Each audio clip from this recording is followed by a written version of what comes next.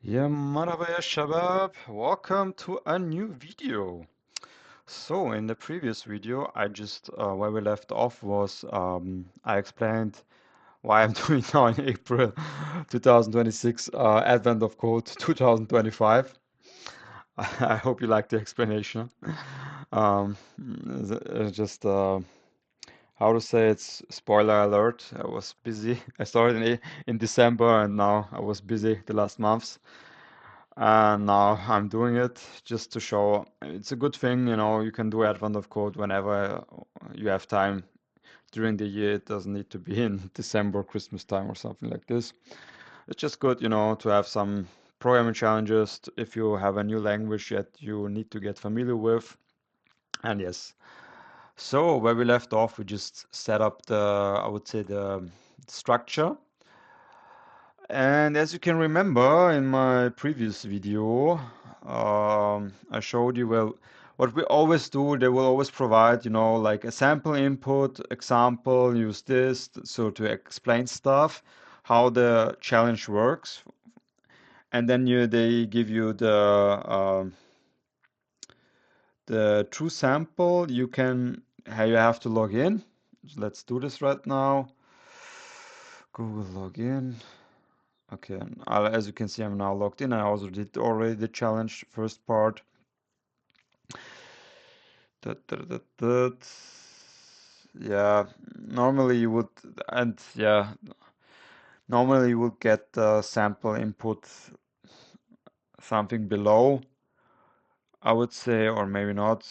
Yeah, as you can see, my answer was this number, but this would change because they will give you a um, different input. Mm, yes. Yeah, they will give you different inputs. Exactly. The input will look like this. It's a bit more down below. Yes, as you can see, it's much different, much bigger number.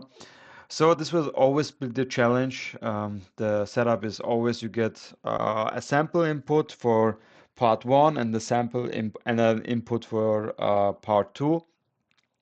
So that's why I thought the best thing is to use a reader because we will always need it, to read the text file for part one and also read then the text file for part two. So this is the reason why I would highly suggest that we create a new folder, a new directory called internal. It should be in the same kind of the same kind of hierarchy like CMD. Here we don't need a main.go file, we can delete it. So here we have our internal, and yes, in internal we will create a new folder called util, and here we will have I would say our sorry, not a new directory, our new file called util util.go, exactly. And now I would say let's just write just some kind of logic to read input, just basic I/O operations. So first thing what we will need is actually in Go you don't need to do this. Let's create a function, read input. And by the way, what I wanted to say is you can use whatever kind of ID you want to use. I'm using Golang because for me Golang is the best and I'm using all the IntelliJ products since years. So JetBrains, if you hear this, feel free to sponsor me. Um, but you can use Sublime Text, Visual Studio Code, whatever you like. Because out of convenience, I'm using Golang.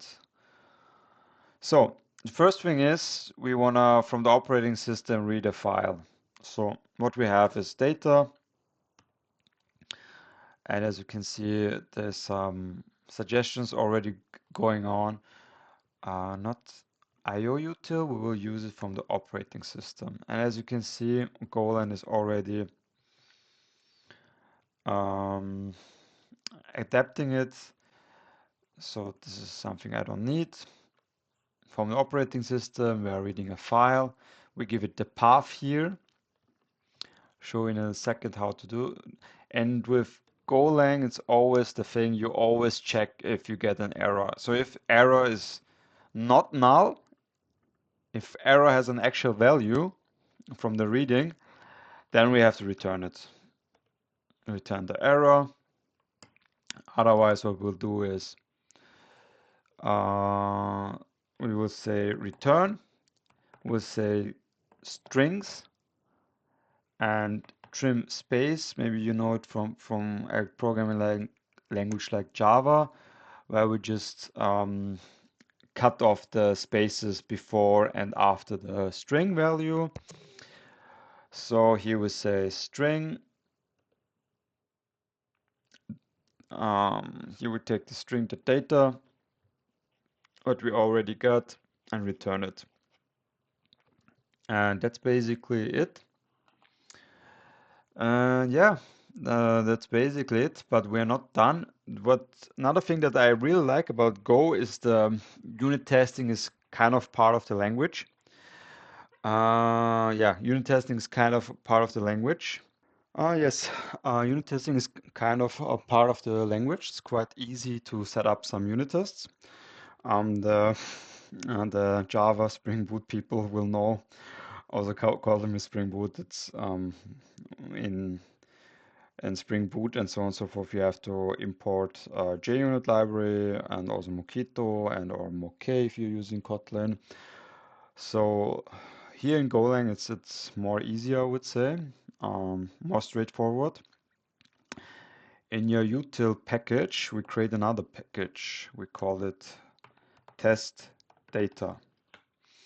And here we will put some test data.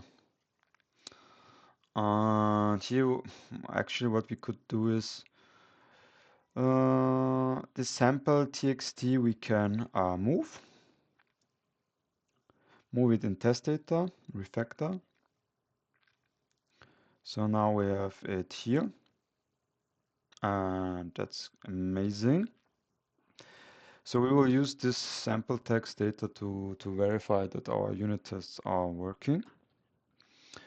So now in Golang, let me just show you in util. The funny thing is what we will use here, as you can see, we will test now this method. And the reason, for instance, in Golang, for instance, is why I put the read input, the R here in uppercase, not like this, sorry, like this, because we will later use this method in another file. And in Golang, to use a method, a function in another file, you have to do it with an uppercase letter first. Yeah, that's the reason. Just if you wonder why, it was also a bit new to me as a Go beginner. And yeah, but without further ado, now we will write a unit test, and then unit tests in Golang are quite, as I said, straightforward. You just create a new class, a new file. This file is called util.go. And if you want to write a unit test, you just do util underscore test. And as you can see, the language itself, it just the Go compiler already knew this is a test, and also the IDE. As you can see, it's green marked in here, and yes, so this is a test class.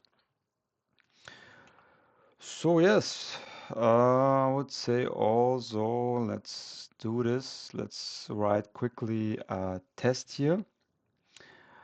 Or maybe this video gets a bit too long.